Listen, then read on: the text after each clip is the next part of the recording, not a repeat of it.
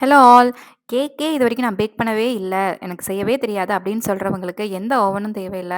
So எந்த ஒரு Blender எதுவுமே தேவையில்ல. நம்ம ஈஸியா கேக் மேக் பண்ணலாம். அதுக்கு ஒரு மிக்ஸி ஜார் மட்டும் இருந்தா போதும். அதில 2 முட்டைய உடைச்சு ஊத்திக்கோங்க. அதோட கொஞ்சம் நாட்டு சர்க்கரை சேர்த்துக்கோங்க. நம்ம இன்னைக்கு செய்ய போறது ப்ளம் கேக் செய்ய போறோம். அதாவது ஈஸியா, டேஸ்டியா எப்படி நம்ம கிட்ட இருக்க இன்கிரீடியன்ட்ஸ் வச்சு செய்யலாம் அப்படின்னு பார்ப்போம். ஸோ அதில 2 முட்டை, நாட்டு சர்க்கரை அத நம்ம பிளெண்ட் பண்ணி எடுத்து ஒரு ஜாருக்கு மாத்திக்கோங்க. அதில உங்களுக்கு வந்து கோகோ பவுடர் இருந்துச்சுன்னா நீங்க அத சேர்த்துக்கலாம். பிளஸ் எந்த கப்ல நீங்க மெஷர்மென்ட் எடுக்கிறீங்களோ, அதே கப்ல எல்லா அளவையுமே எடுத்துக்கோங்க.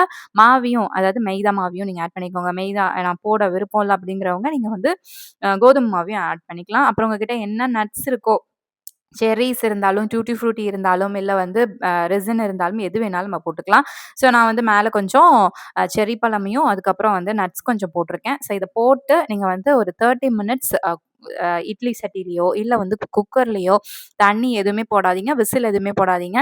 ஸோ அப்படியே நீங்க பேக் பண்ணி ஒரு 30 மினிட்ஸ் சிம்ல வச்சு அந்த பார்ச்மென்ட் பேப்பர நீங்க எடுத்துட்டு பார்த்தீங்கன்னா, ஈஸியா சாஃப்ட்டா கிறிஸ்மஸ்க்கு நம்ம ஒரு சிம்பிளான கேக்க செஞ்சிரலாம். இதுக்கு வந்து பேக்கிங் கிளாஸ் போயிருக்கணும்னு அவசியம் இல்ல. எப்படி வரும்ன்ட்டு ஒரு கவலையும் தேவையில்ல.